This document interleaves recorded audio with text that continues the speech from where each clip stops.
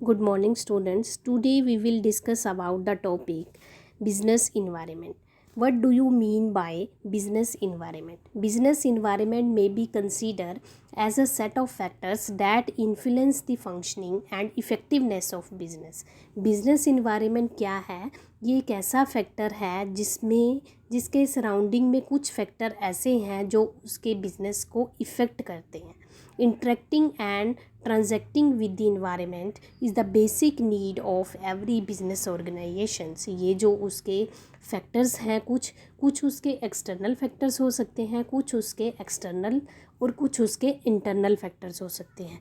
External factors वो होंगे जिसको आप चेंज नहीं कर सकते. इंटरनल फैक्टर्स वो फैक्टर्स होंगे जिसको आप अपने अकॉर्डिंग चेंज कर सकते हो. सपोज एक्सटर्नल फैक्टर्स में आपका क्या आएगा, जैसे कंपटीटर्स हैं, सप्लायर्स हैं, आपकी सोसाइटी है, उसको आप अपने अकॉर्डिंग चेंज नहीं कर सकते. ठीक है. और इंटरनल फैक्टर्स क्या हैं, आपके स्टाफ मेंबर्स हैं, आपने अपने बिजनेस के कुछ ऑब्जेक्टिव्स जो हैं वो सेट किए हैं, उसको आप अपने अकॉर्डिंग चेंज कर सकते हो. तो बिजनेस इन्वायरमेंट क्या है? Business environment is a mutual interdependence between business and environment. Business environment क्या है?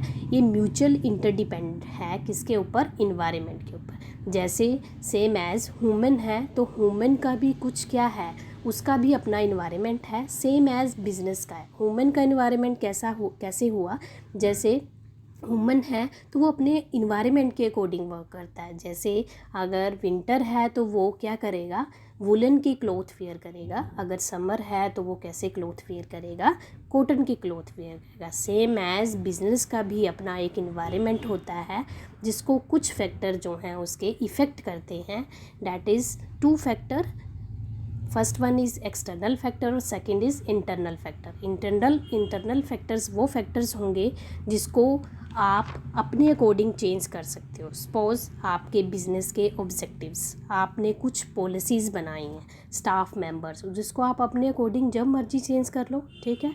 दूसरी तरफ एक्सटर्नल इन्वायरमेंट वो होगा जैसे आपके कंपटीटर्स हैं, सप्लायर्स हैं, आपकी सोसाइटी है, उसको आप अपने अकॉर्डिंग चेंज नहीं कर सकते. तो बिज़नेस इन्वायरमेंट का बेसिकली मीनिंग क्या है कि बिज़नेस का इन्वायरमेंट, बिज़नेस के इन्वायरमेंट मतलब उसके सराउंडिंग में जो जो चीज़ें हैं वो कैसा है, उसके अकॉर्डिंग आपके अपने बिजनेस को रन करना है आपने, उसको बोलते हैं business environment.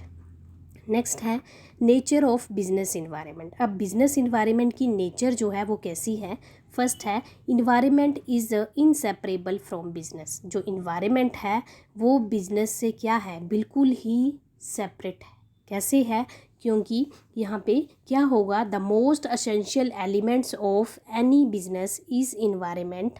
No business can functions without the environment. मतलब बिजनेस में इन्वायरमेंट के बिना कोई भी काम नहीं होगा. तो इसलिए इसको हम क्या कहते हैं कि ये इंटरडिपेंडेंस है, एक दूसरे के ऊपर डिपेंडेंट है. अगर बिजनेस है तो वो किसके अकॉर्डिंग वर्क कर रहा है, अपने इन्वायरमेंट के अकॉर्डिंग.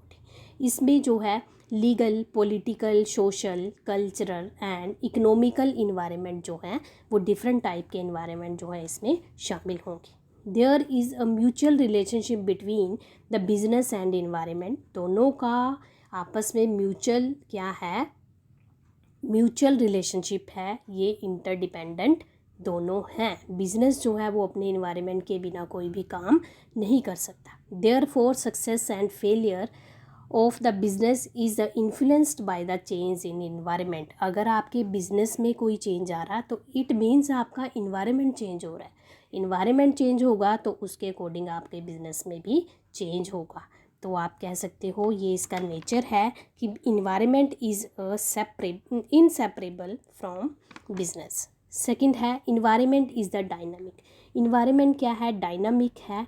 इसको आप अपने अकॉर्डिंग चेंज नहीं कर सकते. It remain constant for a long period. जो इन्वायरमेंट है बिजनेस का वो क्या है, कुछ लंबे समय के लिए क्या रहता है, कांस्टेंट रहता है. क्योंकि जो टेक्नोलॉजी है वो बार बार चेंज नहीं होगी, कुछ टाइम पीरियड के बाद वो क्या होती है, चेंज होती है. तो environment is a dynamic means कि It is a difficult to for the business environment to remain constant for a long period of time. Thus, the environment is considered dynamic in nature.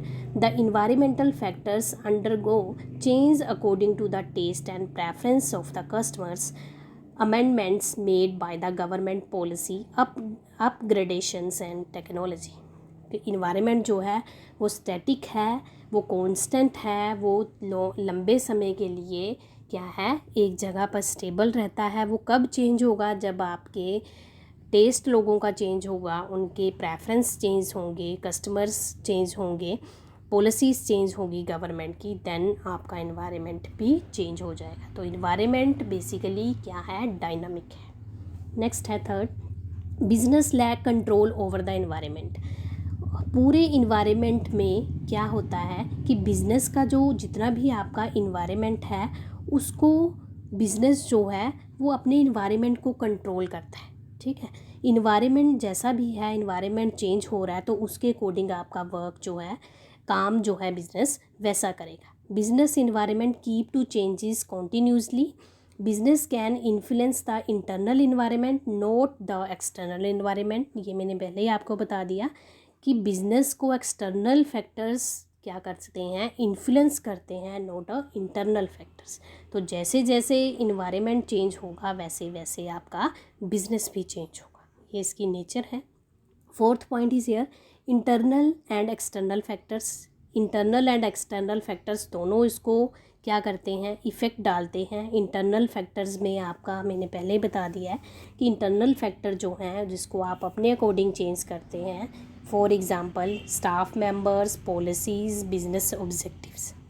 और external factor जिसको आप अपने according change नहीं कर सकते, जैसे आपका कंपटीटर्स, सप्लायर्स, सोसाइटीज़, ये सारी चीज़ें. नेक्स्ट है fifth point, environmental is complex. Environment क्या है? कॉम्प्लेक्स है. There are the several difficulty situations in the business environment which is enterprise must be aware of the, must make the best use of them.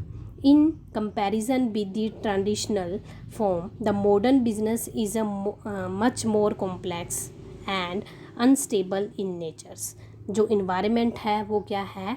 Complex है, बड़ा. उसके ऊपर काम करना जो है बहुत कठिन है. जैसे जैसे इन्वायरमेंट आपका चेंज होता रहेगा, लोग जो हैं अवेयर होते रहेंगे, सोशल अवेयरनेस आती रहेगी, तो उसके अकॉर्डिंग आपको वर्क करना पड़ेगा, चाहे वो डिफ़िकल्ट है, चाहे वो जैसा भी है, चाहे वो सिंपल है.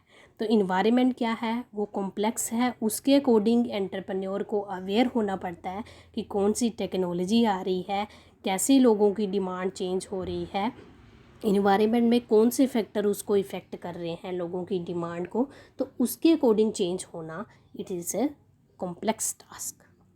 सिक्स पॉइंट है आपका, environment is the multi faced. Environment क्या है? मल्टी फेस्ड है. उसके कुछ आपको पॉजिटिव इम्पैक्ट भी देखने को मिलेंगे, कुछ नेगेटिव भी मिलेंगे. पॉजिटिव इम्पैक्ट में जैसे लोगों के आउटकम आ सकते हैं, लोग जो हैं वो चीज़ों की डिमांड करते जा रहे हैं तो वैसे प्रोडक्शन होती जा रही है, वैसे सेल होती जा रही है. और नेगेटिव इम्पैक्ट क्या है कि लोग जो हैं वहाँ पे क्या कैसे हो सकता है कि आपके कंपटीटर्स ज़्यादा हो सकते हैं. तो इन दोनों का आपस में जो मल्टी फेस जो है, इसका environmental is the multi face task बन जाता है. नेक्स्ट है opportunities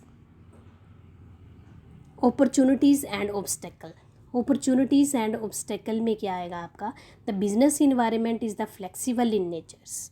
Therefore, the business may be act as the opportunity or the obstacle to the organization depend upon the situation. Opportunity provide the scope of expansions, whereas obstacles serves growth of the organizations. ठीक है, कि जो opportunities हैं, आपको अलग अलग opportunities मिल रही हैं अपने बिज़नेस में. आपका बिज़नेस जो है वो कैसे रन कर रहा है, उसके अकॉर्डिंग आपको क्या है, न्यू टेक्नोलॉजी चेंज हो रही है, तो उसके अकॉर्डिंग आपको अपॉर्चुनिटी मिलती है कि आप अपने प्रोडक्ट को बेटर जो है वो कैसे बना सकते हो. मगर साथ ही कुछ ऑब्स्टेकल्स भी आ जाते हैं.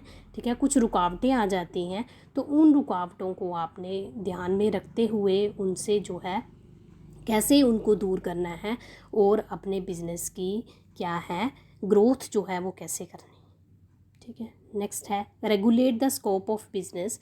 अगर ये सारे फंक्शन जो हैं बिजनेस इन्वायरमेंट का फ्रेमवर्क जो है वो रेगुलेट फॉर्म में चलता रहे, this can be form of social political economical legal structures with in which all the business activities are carried out for the growth and survival of the business organization.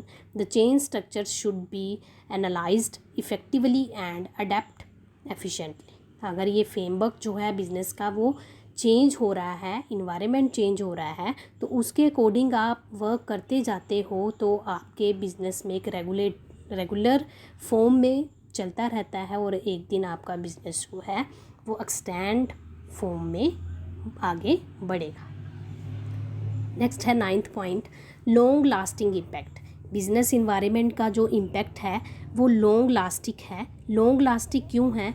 क्योंकि एक बार जब आप अपने क्या करते हो इन्वायरमेंट के अकॉर्डिंग प्रोडक्शन करनी शुरू कर देते हो तो वो प्रोडक्शन जो है उसका पॉजिटिव इम्पैक्ट एक लंबे समय तक रहता है। इसलिए बोला जाता है कि इन्वायरमेंटल इज़ डायनामिक है, ये लंबे समय तक कांस्टेंट रहता है, स्टैटिक रहता है, तो इसका लॉन्ग लास्टिंग इम्पैक्ट जो है वो बना रहता है। 10th point is here uncertainty. Uncertainty क्या है कि आपके बिजनेस में किसी भी तरह की कोई भी समस्या जो है वो आ सकती है, कोई अनसर्टेनिटी आ रही है, कोई चेंजेस आ रहे हैं, हाईली चेंजेस आ रहे हैं, तो उन चेंजेस को आपने क्या करना है, अडेप्ट करना है और उसके अकॉर्डिंग ही अपना वर्क जो है वो स्टार्ट करना है। There is always a possibility of frequently change in the business environment.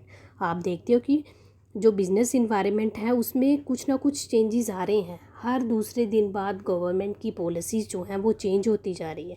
These change are highly uncertain, ये हाईली अनसर्टेन है, thus it become the difficult for business to forecast its future events. तो इसका जो impact है वो किसके ऊपर पड़ता है? फ्यूचर इम्पैक्ट है इसका, फ्यूचर इवेंट है ये। तो अनसर्टेनिटी भी आपके बिजनेस की नेचर को डिफ़ाइन करती है। आज हम इतना ही पढ़ेंगे, बिजनेस इन्वायरमेंट का मीनिंग क्या था और उसकी नेचर क्या थी। Thank you.